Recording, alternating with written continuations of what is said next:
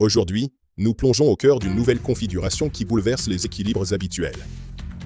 De nouveaux acteurs font leur entrée sur la scène, apportant avec eux des stratégies inédites, des ambitions affirmées et des perspectives surprenantes. Que signifient réellement ces changements? Qui sont ces nouveaux visages et quel impact auront-ils sur l'avenir? Dans cette analyse exclusive, nous décortiquons les faits, les enjeux cachés et les scénarios possibles. Restez bien connectés, car chaque détail compte. Abonnez-vous, likez et partagez ensemble, explorons cette transformation majeure qui redéfinit les règles du jeu. Évidemment, la création du poste de vice-premier ministre tenu par Déné Birahima Ouattara, vice-premier ministre, ministre de la Défense. Analyse, commentaire, messieurs. Yacouba Doumbia. Si je dois analyser ce poste de premier vice-ministre, je dirais que c'est une ancienne nouveauté. Parce que ce n'est pas la première fois qu'on a un poste de vice-premier ministre en Côte d'Ivoire. Je crois qu'en 1959, on a eu un poste de vice-premier ministre. Il y avait le premier ministre, bien sûr, et puis il y avait le vice-premier ministre.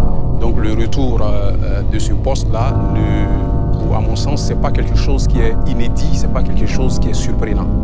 La deuxième chose, c'est de l'analyser même dans la forme. Parce qu'il y a eu pas mal de polémiques.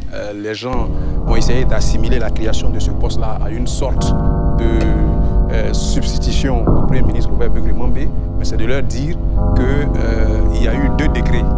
Donc il y a eu d'abord le décret qui nomme le Premier ministre. Ensuite, il y a eu le décret qui nomme les membres du gouvernement. Donc c'est deux décrets totalement différents. Et le décret qui nomme les membres du gouvernement, c'est dans ce décret-là qu'il y a le vice-premier ministre, qui est un membre du gouvernement à part entière.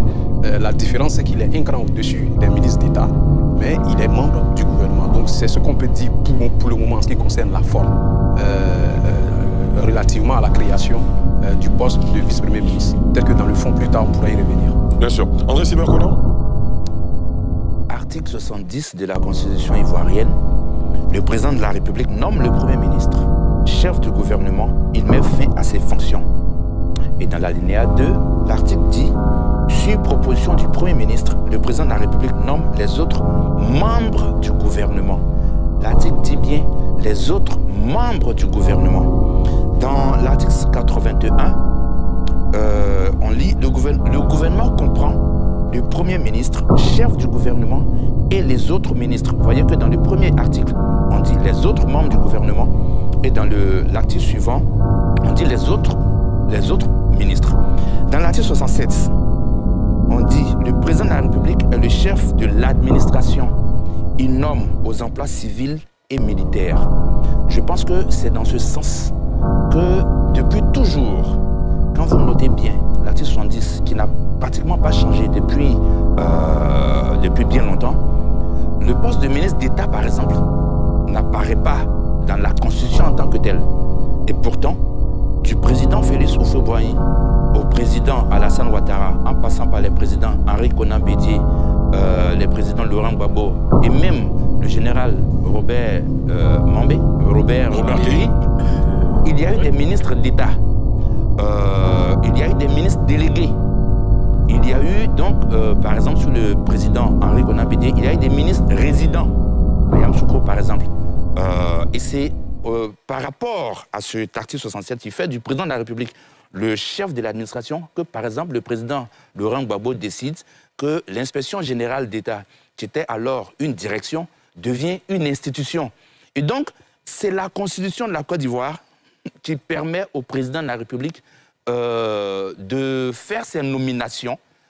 Personnellement, donne le pouvoir d'avoir l'opportunité personnellement, de la création des postes. Personnellement, j'aurais souhaité qu'on s'en tienne à ce qui est écrit dans la Constitution, à savoir Premier ministre, ministre, point à la ligne.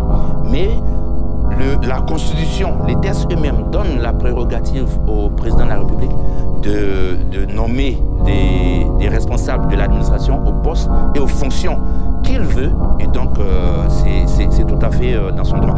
Par ailleurs, je note que, en fait, dans ce nouveau gouvernement, il faut bien regarder, il faut retourner au discours prononcé par le président de la République en fin d'année. Vous noterez qu'il avait mis l'accent sur la défense et la sécurité. Donc c'est une mise en puissance de la défense du fait du contexte sous-régional et international. À la fin, Wakili.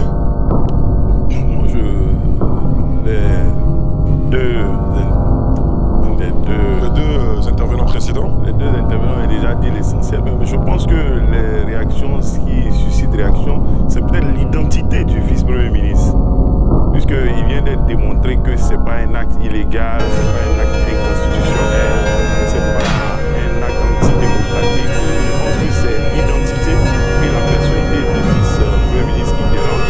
Peut-être que si une autre personnalité avait été nommée vice-premier ministre, je ne sais pas, à l'auteur, Cavalier, il y aurait eu moins de problèmes. La question est de savoir pourquoi l'identité, pourquoi le vice-premier ministre peut tant déranger. Pourquoi ce soupçon qu'il ne va pas s'entendre avec le Premier ministre chef du gouvernement, alors que selon le décret, c'est le Premier ministre chef du gouvernement qui l'a proposé.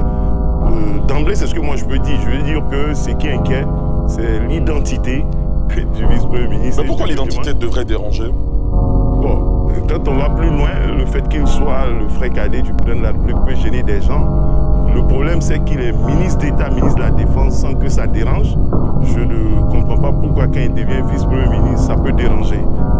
Il était ministre d'État, ministre de la Défense, il a été ministre à la présidence de la République, il gère l'armée de Côte d'Ivoire, un domaine important, un ministère de souveraineté, il le fait bien d'ailleurs, ça ne dérange pas, mais quand il devient vice-premier ministre et plus si affinité, ça dérange.